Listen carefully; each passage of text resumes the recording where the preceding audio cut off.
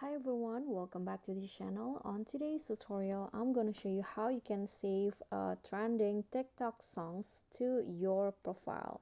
So here I have already on TikTok, and then I'm going to just click on this songs right here at the bottom of a video. Okay, so here is, let's say that this is the trending sound, and to add it or to save it to your profile, you just need to click on add to favorite, this ones right here.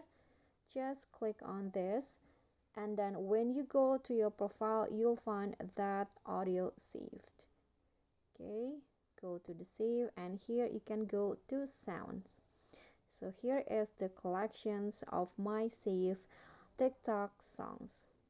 Okay, so that's all from me. Thank you guys so much for watching. Don't forget to like, comment, subscribe, and also click on the thanks below. I'll see you all on the next tutorial. Bye.